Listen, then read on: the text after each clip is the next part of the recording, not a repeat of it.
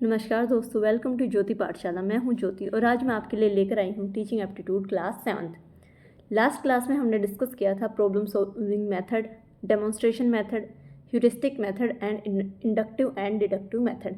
और आज हम डिस्कस करने वाले हैं ब्रेनस्टॉर्मिंग क्या होता है और माइक्रो टीचिंग क्या होती है। सबसे पहले अगर मैं ब्रेनस्टॉर्मिंग की बात करूँ तो ब्रेनस्टॉर्मिंग एक ग्रुप क्रिएटिविटी टेक्निक होती है जहाँ बहुत सारे आइडियाज़ को क्या किया जाता है, जनरेट किया जाता है। यानी कि लर्नर को क्या किया जाता है, एक पर्टिकुलर प्रॉब्लम दी जाएगी और लर्नर क्या करेगा, बहुत सारे आइडियाज़ को या सॉल्यूशंस को क्या करता है, जनरेट करता है। जो ये मेथड है इसको किसने इंट्रोड्यूस किया था? ओसबर्न ने क्या किया था, इंट्रोड्यूस किया था। अगर मैं की फीचर्स की बात करूँ तो फ्री थिंकिंग, यानी कि बच्चे के पास क्या होती है, कोई भी रेस्ट्रिक्शन नहीं होती। बच्चा इजीली और ओपनली क्या कर सकता है, अपनी आइडियाज़ को शेयर कर सकता है। दूसरा, क्वांटिटी ओवर क्वालिटी, यानी कि क्वांटिटी पे क्या किया जाता है, फोकस किया जाता है। जितने नंबर ऑफ आइडियाज़ बच्चा ज़्यादा बताते हैं, यानी कि जितने आइडियाज़ बताएगा बच्चा उतना ही उसको क्या किया जाता है, इनक्रेज किया जाता है। उस टाइम पे इवेल्युएशन नहीं होती है। जितना बच्चा ज़्यादा बताएगा उसको क्या किया जाएगा, उतना ही उसको इनक्रेज किया जाता है। इसलिए क्वांटिटी पे क्या किया जाता है, फोकस किया जाता है। नो क्रिटिसिज्म, जब बच्चा आइडिया जनरेट कर रहा होता है तो उस टाइम पे कोई क्रिटिसिज्म नहीं होता। हर आइडिया को क्या किया जाता है, ले लिया जाता है। किसी भी आइडिया को जज नहीं किया जाता है। नेक्स्ट इज क्रिएटिविटी को क्या करता है, इनक्रेज करता है। देखो, जो बच्चा है वो क्या कर पा रहा है कि जो भी ट्रेडिशनल सॉल्यूशंस हैं उनके बियॉन्ड सोच पा रहा है, तो इसलिए उसकी जो क्रिएटिविटी है वो क्या हो रही है, इन्हेंस होती है। इसलिए जो ये मेथड है क्रिएटिविटी को क्या करता है, इनक्रेज करता है। ग्रुप पार्टिसिपेशन, यानी कि हर किसी को क्या मिलता है, चांस मिलता है कंट्रीब्यूशन करने का।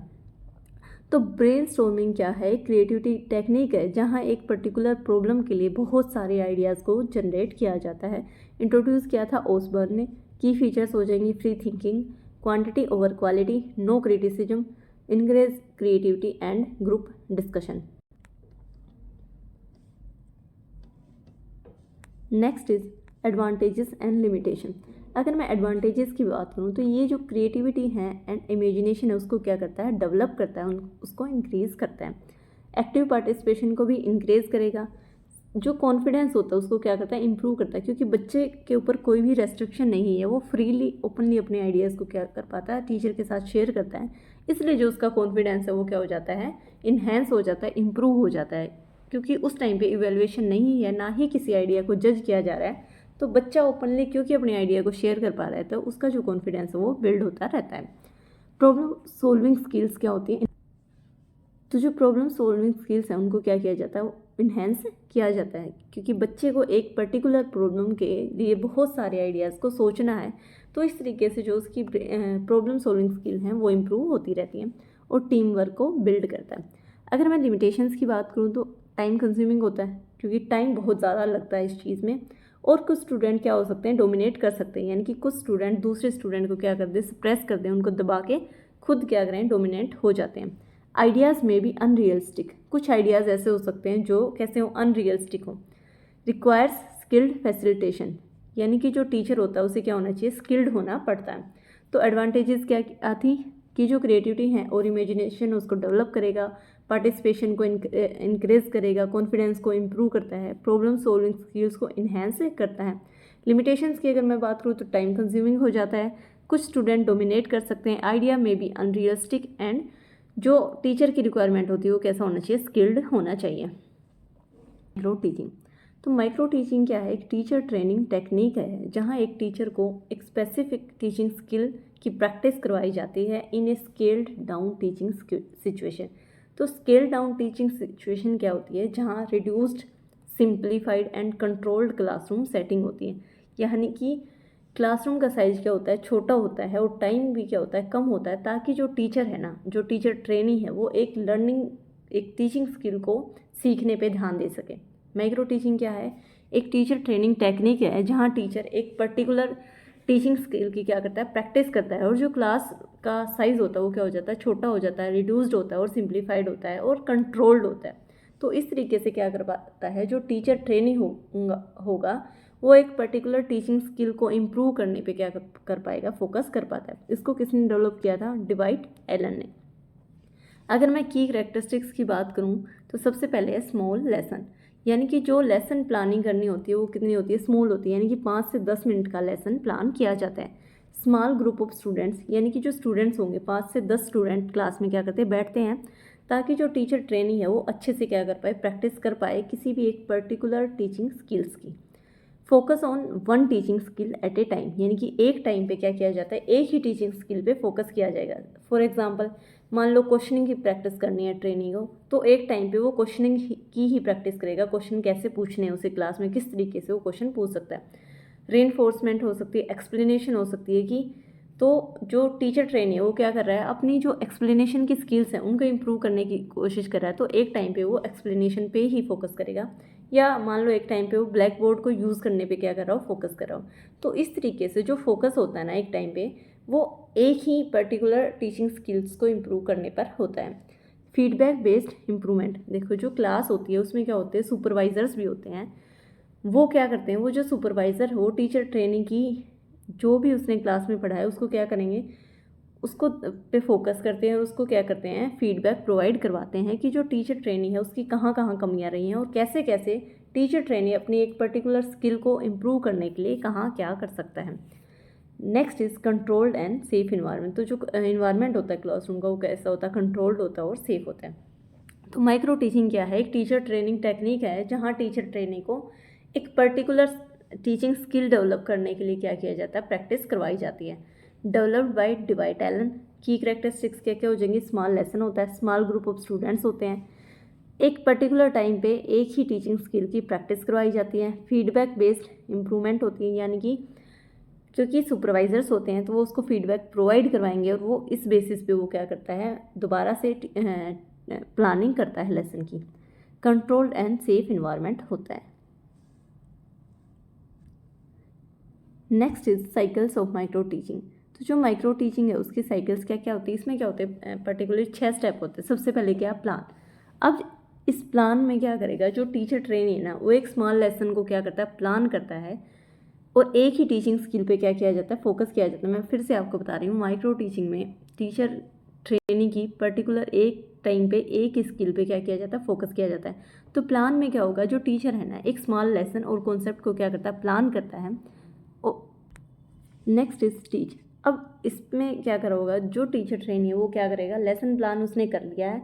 अब जो ग्रुप ऑफ स्टूडेंट्स हैं, यानी कि जो भी क्लास में 5 या 10 स्टूडेंट्स बैठे हैं उनको क्या करता है, टीच करता है।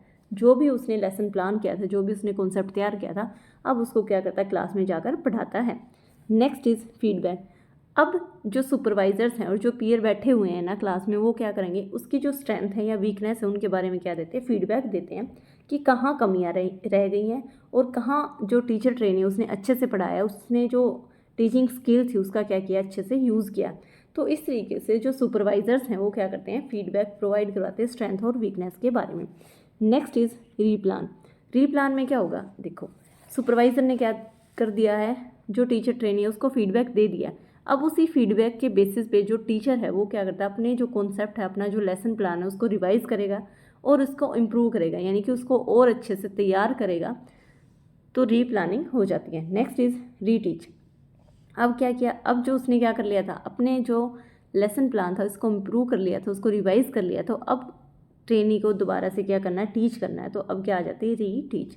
नेक्स्ट इज़ री फीडबैक। अब फिर से क्या की जाती है, जो टीचर ट्रेनी है उसकी परफॉर्मेंस को रिव्यू किया जाता है और जो सुपरवाइजर्स हैं उसको क्या करेंगे, फिर से री फीडबैक प्रोवाइड करवाते हैं। सबसे पहले क्या है, प्लान, यानी कि टीचर ट्रेनी क्या करेगा, एक कॉन्सेप्ट को क्या करता है, प्लान कर लेता है कि ये लेसन प्लान है, मुझे क्लास में पढ़ाना है और किसी एक पर्टिकुलर, मान लो वो एक्सप्लेनेशन की जो स्किल्स हैं उसको क्या करना चाह रहा है, इंप्रूव करना चाह रहा है, तो उस पर ही ध्यान दिया जाएगा। सबसे पहले प्लान, जिसमें टीचर ट्रेनी प्लान करता है। सेकंड इज टीच, जहाँ वो क्लास को क्या करता है, जाकर पढ़ाता है। थर्ड इज़ फीडबैक, जहाँ जो उसके सुपरवाइजर्स हैं या जो पीयर्स हैं वो उसके स्ट्रेंथ और वीकनेस के बारे में बताएंगे, उसको फीडबैक प्रोवाइड करवाते हैं। नेक्स्ट इज़ रीप्लान, जिसमें टीचर ट्रेनी अपने कॉन्सेप्ट को इम्प्रूव करता है फीडबैक के आधार पर, फिर से वो रीटीच करेगा और लास्ट में जो सुपरवाइज़र है उसे फिर से क्या देंगे, फीडबैक प्रोवाइड करवाएंगे। तो जब तक जो टीचर ट्रेनी है वो मास्टर हासिल नहीं कर लेता किसी भी पर्टिकुलर स्किल पे, तो जो ये साइकिल है वो क्या रहती है, कंटिन्यू रहती है। Next is objectives of micro teaching. Objective क्या क्या रहेंगे माइक्रो टीचिंग के, सबसे पहले to develop specific teaching skills, यानी कि ट्रेनिंग के अंदर क्या करनी है, कोई भी एक टीचिंग स्किल को, एक स्पेसिफिक टीचिंग स्किल को क्या करना है, डेवलप करना है।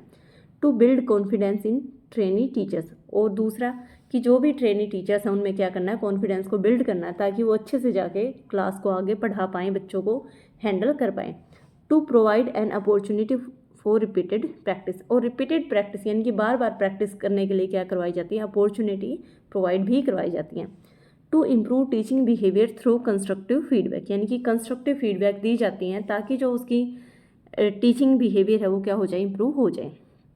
तो साइकिल्स में क्या था, प्लान, पहले प्लान करेगा फिर टीच करेगा, उसके बाद सुपरवाइजर फीडबैक देते हैं, उसके बाद रीप्लान करेगा, उसके बाद रीटीच करेगा, लास्ट में आता है री feedback.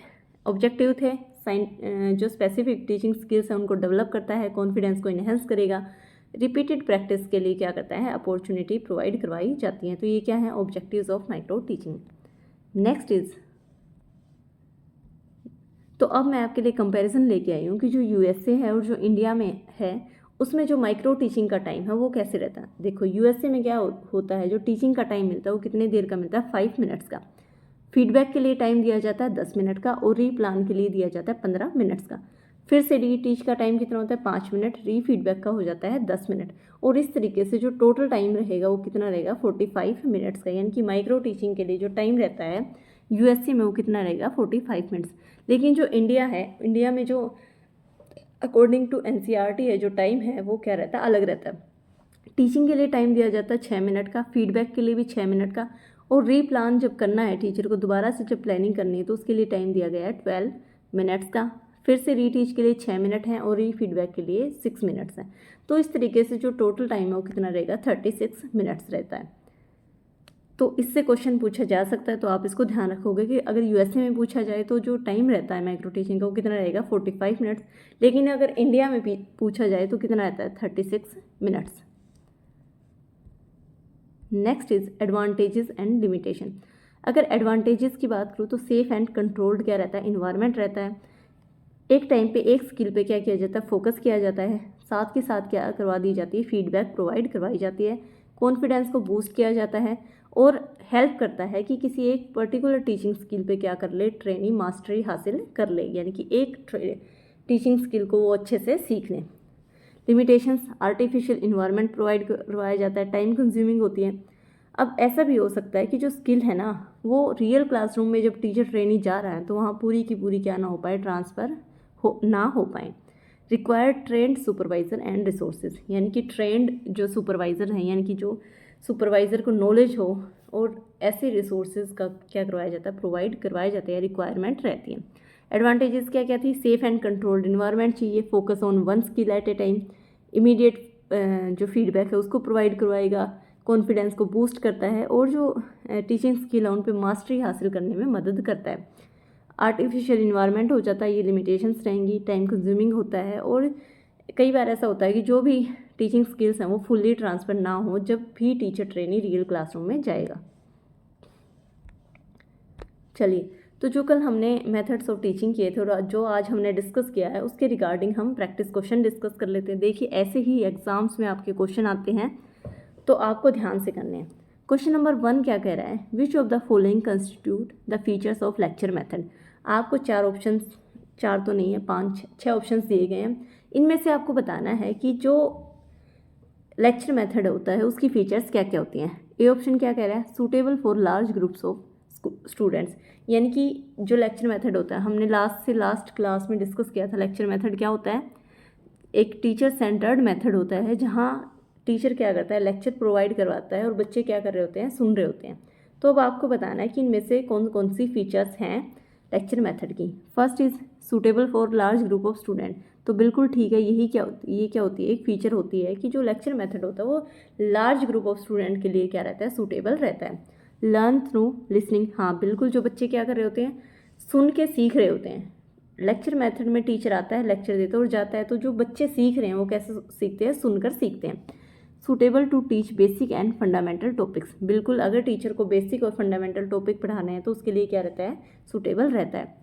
D is exchange of ideas, देखो एक्सचेंज ऑफ आइडियाज़ नहीं होता क्योंकि ये क्या होता है, एक टीचर सेंटर्ड अप्रोच होती है जहाँ टीचर क्या करता है, आ रहा है क्लास में लेक्चर दे रहा है और जा रहा है, तो इससे क्या नहीं होती, टीचर और स्टूडेंट के बीच में इंटरेक्शन नहीं होती, इसलिए जो आइडियाज़ का एक्सचेंज है वो नहीं होता, तो ये क्या हो जाएगा, रॉन्ग हो जाएगा।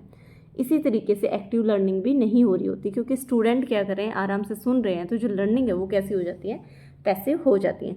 तो जो राइट आंसर रहेगा क्या क्या रहेगा, ए, ठीक है, कि लार्ज ग्रुप ऑफ स्टूडेंट्स के लिए क्या रहता है, सूटेबल रहता है, बच्चे सुनकर सीखते हैं, और अगर बेसिक और फंडामेंटल टॉपिक पढ़ाना हो तो उसके लिए क्या रहेगा, सूटेबल रहेगा। तो राइट आंसर क्या हो जाएगा, सी, जहाँ ऑप्शन क्या है, ए, बी एंड सी। क्लियर है। Teacher initiate a classroom discussion, एक टीचर क्या कर रहा है, क्लासरूम के डिस्कशन को इनिशिएट कर रहा है by giving an open ended and real life problematic situation. यानी कि टीचर ने क्या किया है, क्लासरूम के जो डिस्कशन को इनिशिएट किया, उसको शुरुआत की है, वो कैसे की है, एक ओपन एंडेड और रियल लाइफ प्रॉब्लमेटिक सिचुएशन दी है, यानी कि एक रियल लाइफ की क्या दी है, एक सिचुएशन दी है। तो आपको बताना है इन चारों में से जो ये मेथड, कौन सा मेथड इसके लिए क्या रहेगा, सूटेबल रहेगा। सबसे पहले है ऑप्शन देख लेते हैं। A is lecture method, B is problem solving method, C is drill and practice and D is demonstration method. सबसे पहले अगर मैं लेक्चर मेथड की बात करूँ, लेक्चर मेथड अभी भी हमने डिस्कस किया था, क्या होता है, एक टीचर सेंटर्ड मेथड होता है, जहाँ टीचर लेक्चर प्रिपेयर करता है एक पर्टिकुलर टॉपिक के ऊपर, वो आता है, प्रेजेंटेशन देगा, और बच्चों से अगर क्वेश्चन पूछने हैं तो पूछ लेगा, अदरवाइज लेक्चर इस तरीके से क्या हो जाता है, ख़त्म हो जाता है। लेकिन वहाँ क्या नहीं होता, कोई भी एक रियल लाइफ की प्रॉब्लमेटिक सिचुएशन नहीं होती, तो टीचर कोई भी रियल लाइफ की प्रॉब्लम से या सिचुएशन से अवगत नहीं करवा रहा होता है। तो लेक्चर मेथड क्या रहेगा, रॉन्ग आंसर। इसके जो करेक्ट आंसर रहेगा वो क्या रहेगा, प्रॉब्लम सॉल्विंग मेथड। मैंने लास्ट क्लास में पढ़ाया था, प्रॉब्लम सॉल्विंग मेथड में क्या किया जाता है, टीचर बच्चे को एक रियल लाइफ की सिचुएशन देता है और बच्चा उसको सोल्व करने की कोशिश करता है। इसलिए जो राइट आंसर रहेगा वो क्या रहेगा, B, problem solving method.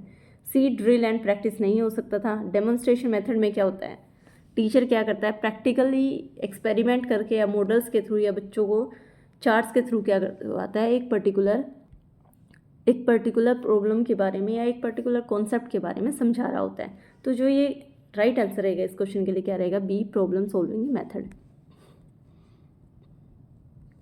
Question number 3 is the key difference between demonstration method and lecture method is.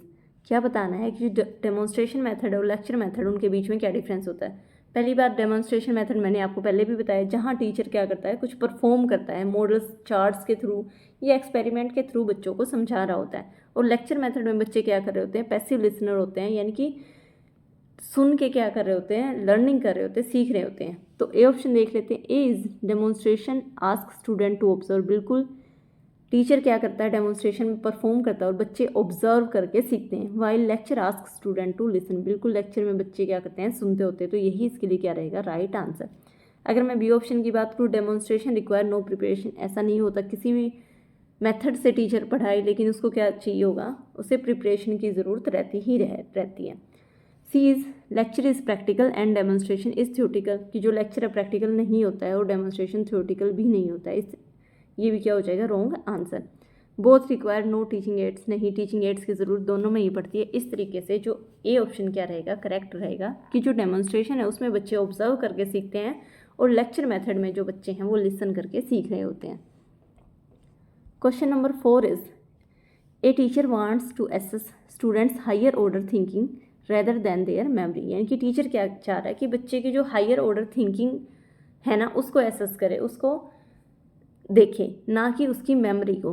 तो विच एक्टिविटी इज़ मोस्ट अप्रोप्रिएट, तो आपको बताना है इन चारों दिए गए ऑप्शन में से कौन सी एक्टिविटी क्या रहेगी, मोस्ट अप्रोप्रिएट रहेगी। ये option is asking student to list definition. देखो, अगर टीचर क्या कर रहा है, बच्चे से डेफिनेशन की लिस्ट मांग रहा है ना, तो वो क्या कर रहा है, उसकी मेमोरी पे क्या कर रहा है, फोकस करे, यानी कि बच्चे ने जो डेफिनेशंस रटी हैं उसको वो क्या करेगा, सुना देगा। तो ये किस पे बेसिस हो जाएगी, मेमोरी पे बेसिस हो जाएगी, ना कि हायर ऑर्डर थिंकिंग स्किल्स पे। तो ये क्या हो जाएगा, wrong answer. B is asking students to solve unfamiliar real world situation, यानी कि टीचर क्या कर रहा है, बच्चे को कह रहा है कि एक जो अनफेमिलियर, यानी कि जो बच्चे के लिए क्या नहीं है, फेमिलियर नहीं है, ऐसी रियल वर्ल्ड की जो सिचुएशन है उसको सोल्व करने की कह रहा है। तो इससे उसकी क्या होगी, जो हायर ऑर्डर थिंकिंग स्किल है वो क्या हो जाती है, इंप्रूव हो जाती है, उसकी असेसमेंट हो जाती है। तो यही क्या रहेगा, राइट आंसर। सी ऑप्शन क्या था, asking student to copy notes. देखो, जब बच्चे नोट्स को कॉपी कर रहे होते तो कहीं भी हायर ऑर्डर थिंकिंग की यूज़ नहीं करते हैं। ऐसे ही अगर रिसाइट कर रहे हैं फॉर्मूलाज को, यहाँ भी क्या नहीं होगी, हायर ऑर्डर थिंकिंग स्किल्स का यूज़ नहीं होता है।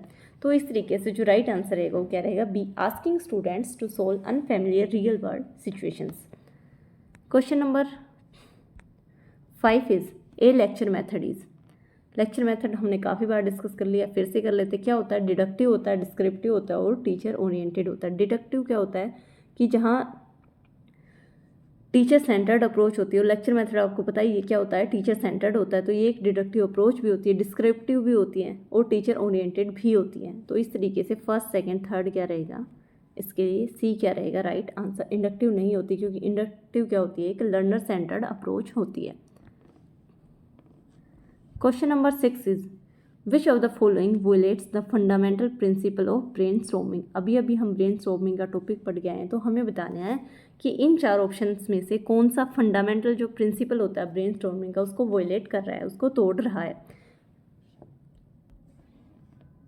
A option is recording ideas on the board. देखो ब्रेन स्टॉर्मिंग में बिल्कुल ये हो रहा होता है कि जब बच्चे बहुत सारे आइडियाज़ बता रहे होते हैं तो उस टाइम पे आइडियाज़ को बोर्ड पे रिकॉर्ड कर लिया जाता है, तो ये प्रिंसिपल को वोलेट नहीं करा। Second is evaluating ideas immediately. ये क्या रहेगा राइट आंसर, ये क्या करता है, जो ब्रेन स्टॉर्मिंग का प्रिंसिपल है उसको क्या करा, वोलेट करा है, क्योंकि आइडियाज़ को इमीडिएटली इवेलुएट नहीं किया जाता। सबसे पहले इंकरेज किया जाता है कि बच्चे जितने ज़्यादा आइडिया हो सके उतने ज़्यादा आइडिया बताएं, क्वांटिटी पे फोकस किया जाता है, और जो इवेलुएशन होती है वो लास्ट में होती है, यानी कि साथ साथ कोई इवेलुएशन नहीं होती, कोई जजमेंट नहीं पास की जाती आइडियाज़ के ऊपर। इसलिए यही क्या रहेगा राइट है आंसर। सी क्या था, इनक्रेजिंग अनयूजुअल आइडिया। बिल्कुल ब्रेन स्टॉर्मिंग क्या करती है, जो अनयूजुअल आइडियाज़ होते हैं उनको इनक्रेज करती है। Allowing student to build on each other ideas, ये भी क्या है करेक्ट रहेगा। तो ए सी डी क्या रहेंगी, करेक्टरिस्टिक्स रहेंगे ब्रेन स्टॉर्मिंग की, लेकिन इवेलुएशन नहीं होती है इमीडिएटली, इसलिए यही क्या कर रहा है, वोलेट कर रहा है fundamental principle of brainstorming को। Question number 7 is a trainee modifies their lesson plan after reviewing feedback, which stage of micro teaching is this. यानी कि टीचर ट्रेनिंग क्या कर रहा है, अपने जो लेसन था उसको क्या कर रहा है, मॉडिफाई कर रहा है फीडबैक सुनने के बाद। तो वो किस स्टेज पे, वो क्या कर रहा है, अब रीप्लानिंग कर रहा है। टीचर ट्रेनिंग क्या कर रहा है, जो भी उसका लेसन था उसको क्या कर रहा है, मॉडिफाई कर रहा है। मॉडिफाई कब करेगा, जब वो रीप्लानिंग कर रहा होगा।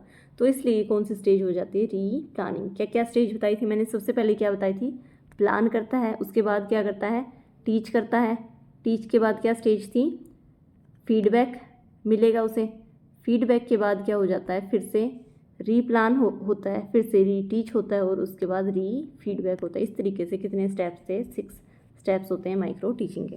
तो चलिए आज के डिस्कशन में, आज के लेक्चर में हमने डिस्कस किया है कि ब्रेन स्टॉर्मिंग क्या है, माइक्रो टीचिंग क्या है, उसके साथ साथ हमने क्वेश्चंस को डिस्कस किया है। ऐसे ही क्वेश्चंस आपके एग्जाम्स में आते हैं।